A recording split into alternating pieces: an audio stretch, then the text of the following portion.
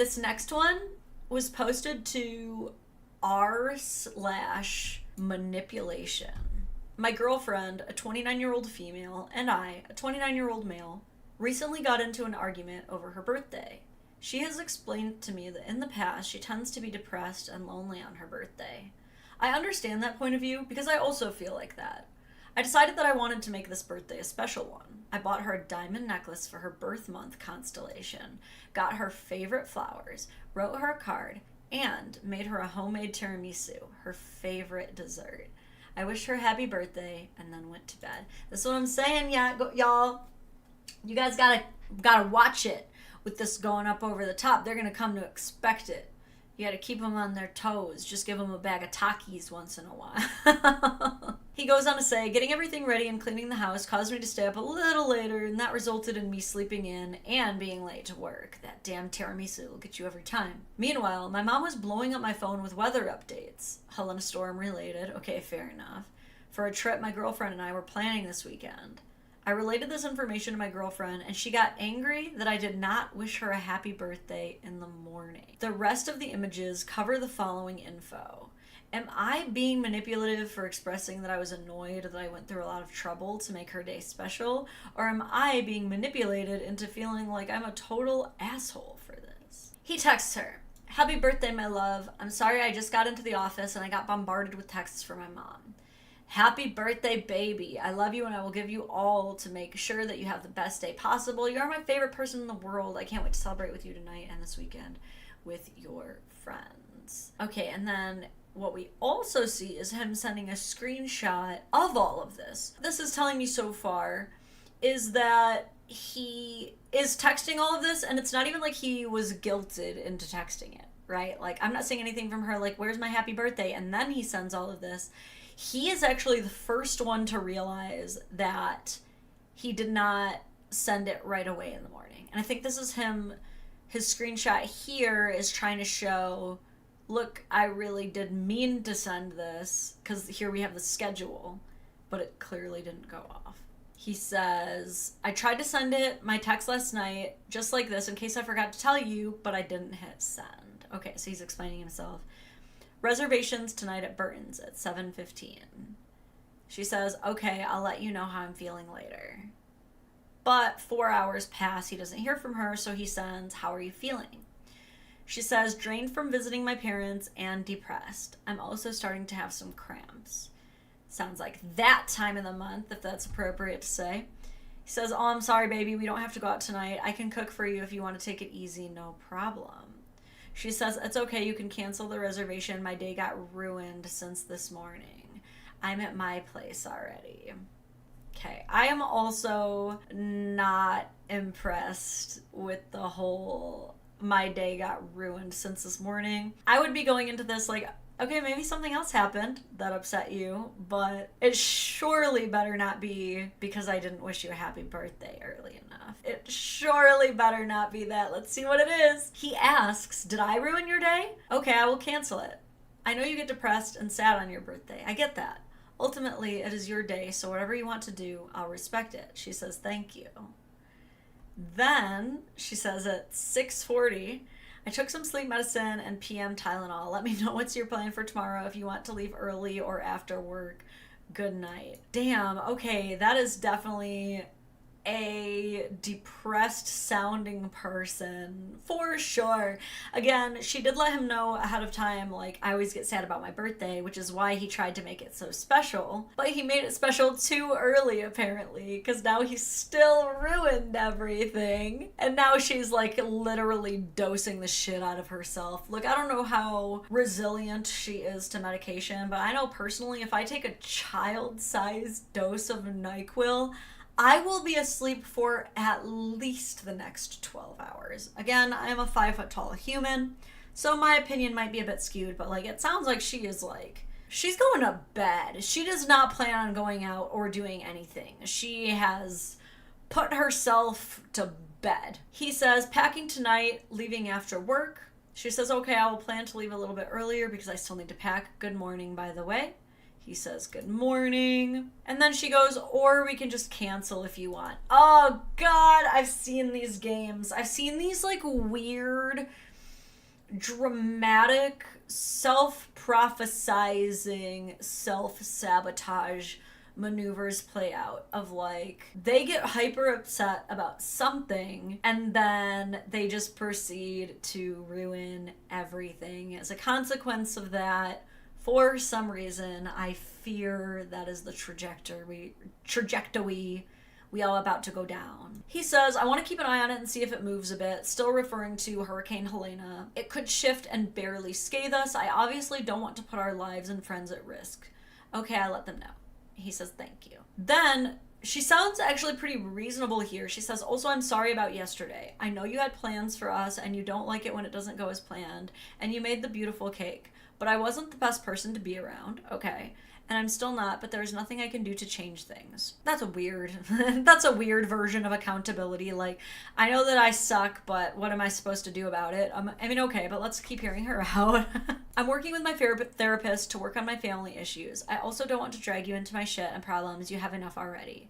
I'm really grateful for you and I'm blessed to have you, even when sometimes I act like a brat. Thank you for giving me space. Okay, so that seems like a fair text message. I'm not, like, mad about that text message. It seems like she realized, like, man, I get depressed on my birthday and I got extra depressy. So, okay, like, I appreciate this version of accountability, though. He says it's okay. She said, my head is overthinking that you are mad and annoyed with me. Let me know, and I'm sorry if you are. So she's getting a gut feeling like, I fear I may have been annoying as and that fear seems to be correct because he responds with, I am a little annoyed, not really mad. I know you're going through difficult things, and I want to be there to support you. I want to just drop it because of what we discussed before on your feelings you get on your birthday. And you're going through your period, okay, so I know your hormones got you feeling like this.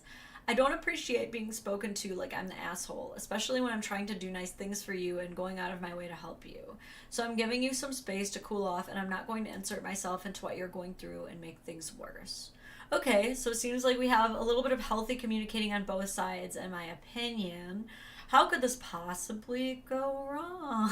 Then he sends some Hurricane Helena damage, saying, also, this is the road near Highlands in Georgia. So this is where we get a little bit of a turn. I don't think she liked his response. She says, so it is okay for you to talk to me like I'm the asshole sometimes, but it's not okay when I do it. Got it. Okay, well, first of all, yeah, it's okay to talk to you when you're being that, like you're being an asshole if you are being an asshole. I think the difference is that he's annoyed being spoken to like he's being an asshole when he's blatantly not. I think those are the differences. Like, can you imagine? She's literally like, oh, so it's okay for you to call me out when I'm being a brat, but not okay for me to call you out when you're doing nothing wrong. She says, got it, and I'm sorry, it won't happen again. So that's a sincere apology, obviously. And yes, you are doing nice things for me, but I'm pretty sure you will hate it if I start my day off as normal on your B-day and not even validating you. I literally had to ask you. Okay, so maybe she did ask him and the text messages got cleared. So she's basically using the argument that, okay, so maybe I'm being bratty, which I already admitted I'm being bratty, but I'm going to use the argument that you would be too. Very difficult to say, also. Like, if everyone in the world would indeed throw a temper tantrum, melty B, if their significant other dared not say happy birthday before noon. Okay, I'm not sure if we all would. But you know what? That's fine. Narrator voice. It was indeed not fine. That shows me a lot. Don't worry. And thank you. You know how earlier in the stream we talked about phrases that people say when something suspicious happened, where they say it, but what they mean is like whatever the opposite is, and like, don't worry, it's fine, are two big ones on that bingo card of things that mean the opposite of what they're saying. It's not fine, you should be worried. And if you want to go ahead and cancel this weekend, go ahead, you can send the message in the group chat. Oh, she is pissed. Now look at how she's framing this too. She's trying to make it out like, if you want to cancel the plans, go ahead, you tell them. Like, bro is not the one who planned for a massive earth-shattering hurricane to occur during your plans. Sorry, bro cannot control Hurricane Helena no matter how much he likes you. It's not like a sign that your man doesn't love you enough if he can't stop a hurricane. This is like the worst version of toxic masculinity I've seen so far. He says, I'm gonna wait until the end of the day to make that call. Look, I'm sorry that I didn't wish you a happy birthday first thing in the morning. I woke up late, was late to work, then had a bunch of texts from my mom talking about the mountain weather. I wish you a happy birthday the night before twice. One on text and one through a call. I stayed up late trying to get the house in order and make the tiramisu. I did not think that text would be worthy enough of what I wanted to do for you. I wanted to give you so much more than that, and a handwritten card. And no, I would not care if you didn't wish me a happy birthday, knowing that you had made plans and effort with me to celebrate later. And when I'm being an asshole to you, you have made it very clear that it is not okay on so many occasions. You will leave and ignore me without texting me back for several hours, leading me to overthink and overanalyze everything. Wow, so she like regularly hits bro with like the cold shoulder.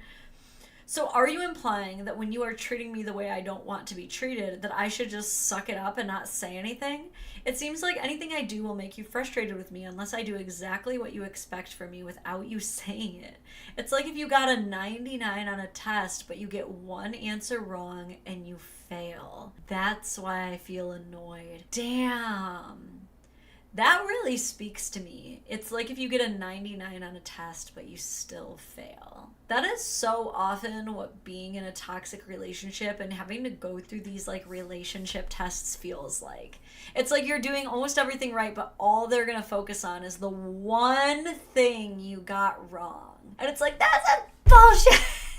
It's these good guys. This is what happens when guys are like raised right.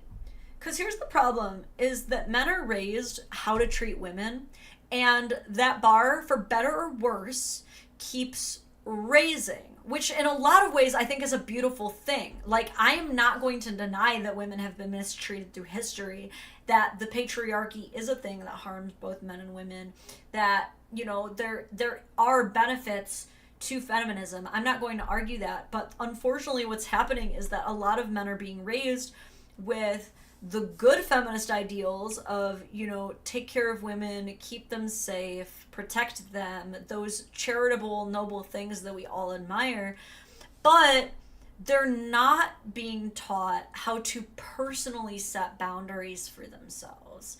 They're not being personally taught, like, hey, you can't pour from an empty cup, sir. Like, if you don't look out for yourself and protect yourself, you really can't help these women.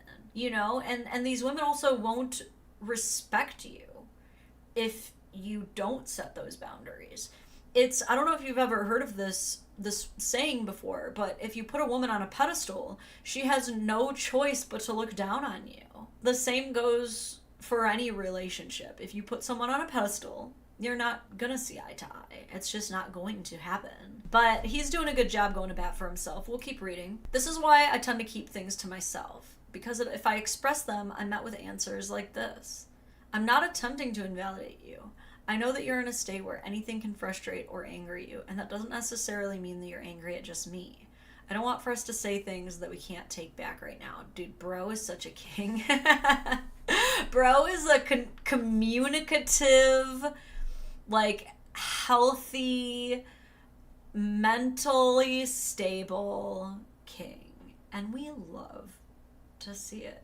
Zadie, I've been told I have too many boundaries. Someone's trying to get you to settle. She says, I have a lot right now with my family to be dealing with this BS. It's fine. It is what it is. Oh, wow. You can tell me all you want. At the end of the day, we both have big egos and we will argue about the stupid things. I'm over it. I'm tired of feeling like I'm a piece of shit all the time. Maybe it's my family problems and hormones. All I know how I felt on the day that was supposed to be special. I'm glad it just ends here, because Lord knows if he did continue this, it would just be the most circular argument of all time. He could not have been more clear and direct in expressing himself. He's like, I care about your birthday. I feel that I have demonstrated proper care for both you and your birthday. The perceived slight that you're experiencing is just that, and something that should be taken away through my reasonable explanation. And yet all she's coming back to is, quite frankly, projection. She's calling it like, I'm not dealing with this BS. So basically, like, that's her vague way of packaging this as, you're trying to start a fight with me on my birthday. She brings it back to, we both have big egos. Okay, I'm not really seeing much reciprocity there. I'm not really seeing, like, this being a major... I'm not seeing much ego from this guy at all. I'm seeing a lot of super ego, quite frankly. This is a man who is taking himself outside of the situation and recognizing that he is starting to get heated and that he needs to start removing himself from the emotion of this conversation. This is a very empowered man, actually. And then she goes back to, again, the same circular argument of like, well, none of what you said matters because I'm still mad that you didn't say happy birthday. And it's like, okay, then this argument has no point because I can keep telling you I did say happy birthday time and time again until the cows come home, and it's not going to matter because what you need from me is to like admit defeat and grovel or something. And it's so upsetting because it's very obvious that this is definitely a person who suffers from immense, incredible self-esteem and depression issues. And I feel for that because, like, whomst amongst us has not suffered from some kind of self-esteem issue or, like, bout of depression? Some of you, I'm sure, are like, I'm still trying to find air pockets in a sea of depression, you know? I think we can all relate to that, but, like, it's so painful to see people self-sabotage like this. Like, and I can almost visualize what's going on in her mind is she can see what she's doing. She, from the moment that she first was like, I feel like you might be annoyed or mad at me, that was like her opportunity to take a step back and be like, am I treating everybody fairly? Do they have a reason maybe to be annoyed or mad with me? Or are they the ones being unreasonable and out of touch? You know, and in that moment, she chose to just like double down, and she knows this isn't the resolution that she wants. She wants things to be good between her and this man who's probably like one of the only few peaceful parts in her life. But because all she knows is chaos through her own self-admitted family issues, she doesn't even like her own birthday, she's just going to keep bringing the relationship back to a state of familiarity, which in her case is a state of chaos and hostility and contention. And it's almost like too easy for her at this point to bring it back to such a state. Oh, that's so sad. Anyway, I think we can conclusively say in regards to his initial question, am I being manipulated or am I manipulating? I would say he's being manipulated. I don't think that she went into this interaction with the intention necessarily to manipulate. There are some people who I don't even think they realize how manipulative they are. Do you know what I'm talking about? Some people who steering the conversation where they want it to go and almost like puppeteering the emotions that are playing a role in there. It's almost like second nature. It's almost like a subconscious thing for some people. I don't even think some of these people recognize fully what they're doing. They're just like kind of so divorced from being empathetic that it's all about the social end goal for them. They're just moving the chess pieces without even thinking about it. He's being petty-ulated. Oh, because Manny Petty. God damn it, Victor. Someone ban this man. I'm kidding. Victor, you're never getting banned. We're stuck with you, unfortunately. Next year she's gonna hit the wall. Drama will be on steroids. Look, I cannot play into this whole hitting the wall narrative because allegedly I am past the wall. The wall is like 30, right? I'm 32. I can't play into the wall narrative or else I must be affected by the cruelty of it, and I refuse. Look, me and TJ, we're still young and hot, and we can pull bitches, okay? Yeah, the wall the wall doesn't necessarily refer to like a certain age. so much as it does refer to an event of life that comes for many the egotistical. So what the wall refers to is that there are a lot of people. This is majoritively referring to women, but it can happen for men as well. People who benefit from pretty privilege or who are just like conventionally attractive. And the dating game comes so easily for them. They really do have quite the plethora of choices.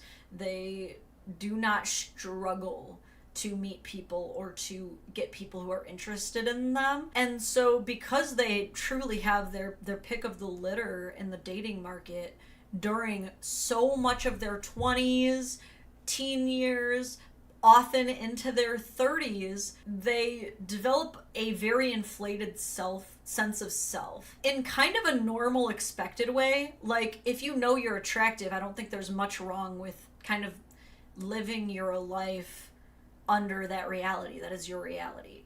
But you start to get people who become so convinced that they can do better than this person, and they can do better than this person, and they can just always do better and better and better. So the wall is basically when they reach an age or a point in their life where they have completely rejected and blown things with all of the people that they actually had chances with. And now that they've done so, they've kind of run out of options, and they're not as youthful and able to pull this amalgamation of, you know, potential suitors as they were previously. And now none of their dating candidates can measure up to even like the worst of the guys that they've rejected.